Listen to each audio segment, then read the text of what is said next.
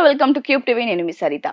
అంతా అనుకున్నట్లే హెచ్ఎండిఏ పరిధి ప్రభుత్వం విస్తరించింది. ఇప్పటి వరకు 7 జిల్లాలు హెచ్ఎండిఏ పరిధిలో ఉండేవి, కానీ ఇప్పుడు మరో 4 జిల్లాలు కూడా హెచ్ఎండిఏ పరిధిలోకి వచ్చాయి. ఓఆర్ఆర్ నుంచి త్రిబుల్ వరకు హెచ్ఎండిఏ పరిధిని విస్తరిస్తూ ప్రభుత్వం ఉత్తర్వులు జారీ చేసింది.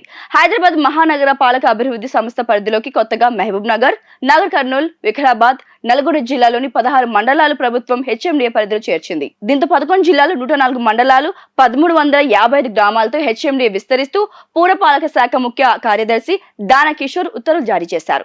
ఇది వరకు 7257 చదరపు కిలోమీటర్ల విస్తీర్ణం ఉండేది. అయితే అందులోకి కొత్తగా 16 మండలాలు విలీనం కావడంతో విస్తీర్ణం 10,472 చదరపు కిలోమీటర్లు పెరిగింది. ఫోర్త్ సిటీతో పాటు త్రిబుల్ రాకను దృష్టిలో పెట్టుకున్న ప్రభుత్వం హెచ్ఎండిఏ పరిధిని విస్తరిస్తుంది. దీనివల్ల హైదరాబాద్ సిటీకి కూడా త్రిబుల్ దాకా విస్తరించబోతోంది. ఆ లెక్కన ఓఆర్ఆర్ వరకు మాత్రమే ఆగిన అభివృద్ధి ఇప్పుడు త్రిబుల్ ను దాటేసే అవకాశాలు కూడా కనిపిస్తున్నాయి.